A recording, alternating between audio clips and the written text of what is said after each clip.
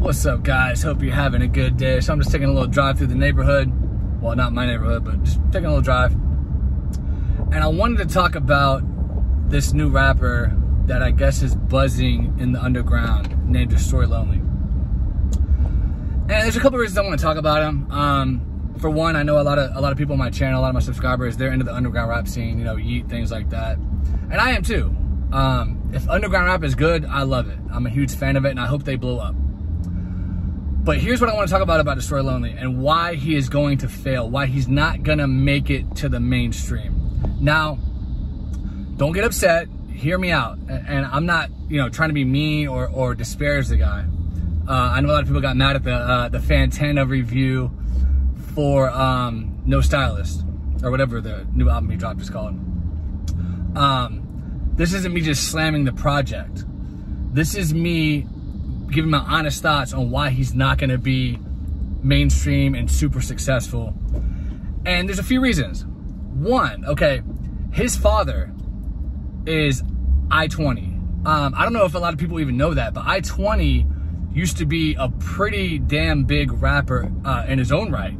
He was on one of the best, in my opinion, one of the best mainstream rap songs of all time, which was Move Bitch by Ludacris, featuring Mystical.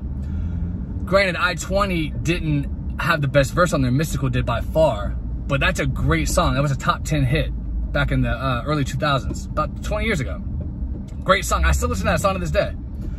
So my thing is, if your dad was signed to Disturbing the Peace, which is Ludacris's record label, was on a top 10 hit, was in the studio with Ludacris and all these amazing, good rappers. 2 Chainz used to be signed at that time. Players Circle. Chingy was signed.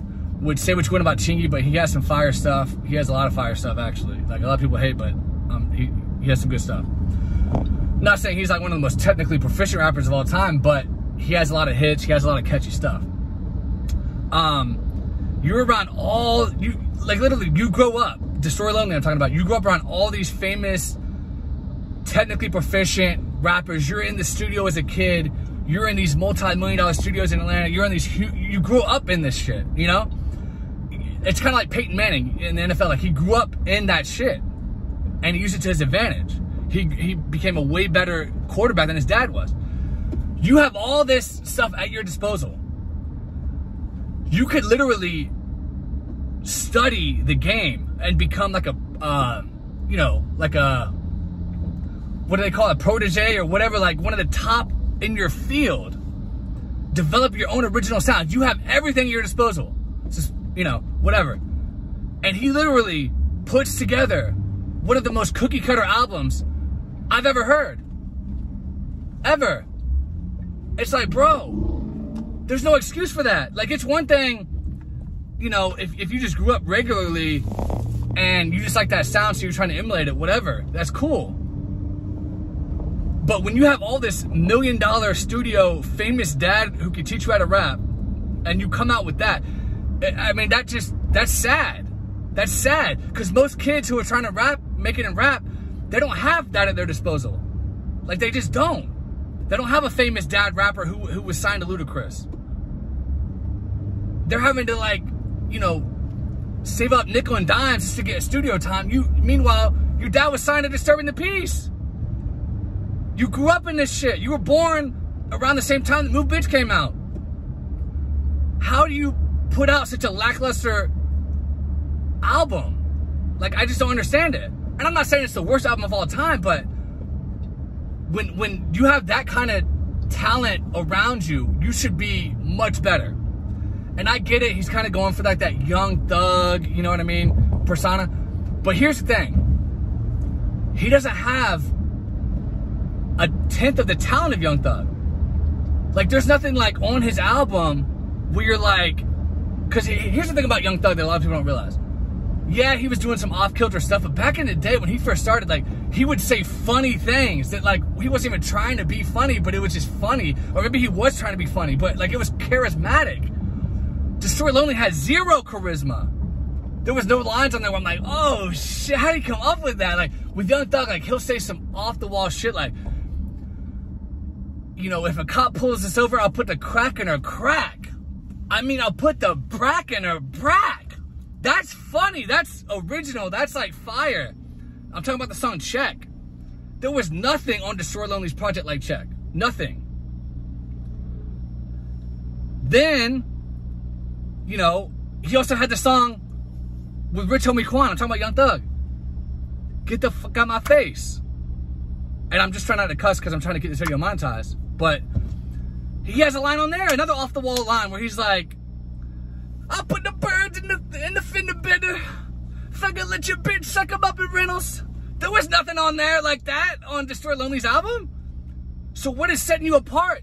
The reason Young Thug made it, even though he started off as a Lil Wayne clone, because that's what Destroy Lonely is. He's pretty much trying to be like a Young Thug, that in that vein clone. But you don't have any charisma or anything that's setting you apart. Like Young Thug would say the funny shit, or like Danny Glover.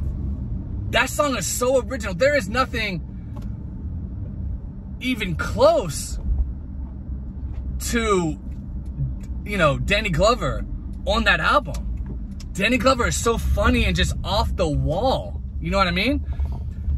And that's what endeared me and millions of people to Young Thug's music. And if you want to say, oh, he's going for the Juice WRLD a sec, when I first heard Goodbye Good Riddance, I was blown away because it was so original and just so catchy and so, you know, its own thing.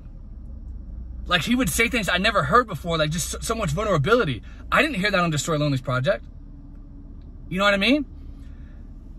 And look, these guys, Juice WRLD, Young Thug, Rich Homie Quan, you know, whoever else that made it big, they had to struggle and like work their way into the studio. Destroy Lonely had $1 million studios at his disposal. He had a father who was in the rap industry, who could teach him the business side and the technical side, how to be technically proficient as a rapper. He didn't even obviously take that advice because his stuff is like so lackluster and just mediocre. And I'm not saying, like I said, I'm not saying it's the worst thing I've ever heard or anything like that. But when you have a father who was on a top 10 rap pop hit and many other Ludacris songs, and he put out his own album, his dad has a major label album, how do you only come out with this wannabe, you know, Young Thug album? Like, I just don't understand it. But you don't have any of the charisma or the originality that Young Thug has, that Juice WRLD has. None. How do you expect to make it? What is setting you apart from anyone else? You had so many advantages. Like I said, I can't stress enough, so many advantages. But this is what you put out. He's not going to make it huge. It's just not going to happen. Unless, there is a caveat to that. Unless he finds his own lane, he finds that charisma. I mean, all he did was dye his braids blonde and like try to look like Young Thug. And try to do the little Juice WRLD Young Thug thing over like some more rage beat. It just, and look, same thing with Carson. It ain't gonna happen for him. Unless they find their voice and be more original. You can be a clone of someone else. That's fine. It's good to take inspiration from people, but then you have to put your own spin on it. You have to say something like, dang, that's funny. That's like original. Oh shit, you said that? I didn't hear anything like that on Destroy Lonely's project. None. It's just, it's disheartening. You know how many kids in the US who want to be rappers so bad, but they just don't have the money or the whatever to get in the studio? You got I-20 right there. Hey dad, teach me how to rap. Bring me to this $1 million studio. You know what I'm saying? Like, you grew up around this shit and this is what you put out. If you're gonna take Young Thug style or Juice WRLD style or whoever style and try to mix it in your own little way, you gotta come original. Like, give me a Danny Glover song. And I'm not saying rip that off, but give me something like that where it's like, oh, this is funny. This is, oh shit. This is why he's not charting. This is why he's not selling. It's just, you gotta come better. You gotta come correct. And I'm not seeing that from him. So those are the main two reasons I just don't think he's gonna make it. When you have all this money and stuff at your disposal, and this is what you put out, it's just, it's sad. It's honestly sad. Go back and listen to Young Thug's old albums. Go listen to Barter 6. Go listen to Jeffrey. Original trap style. Go listen to Goodbye Good Riddance. Go listen to Death Race for Love. There's just originality there that he's not bringing to the table. And he should be. He should have already found his voice. The guy grew up around Ludacris. It's just sad, man. The rap game is in a very bad place right now. Very bad place.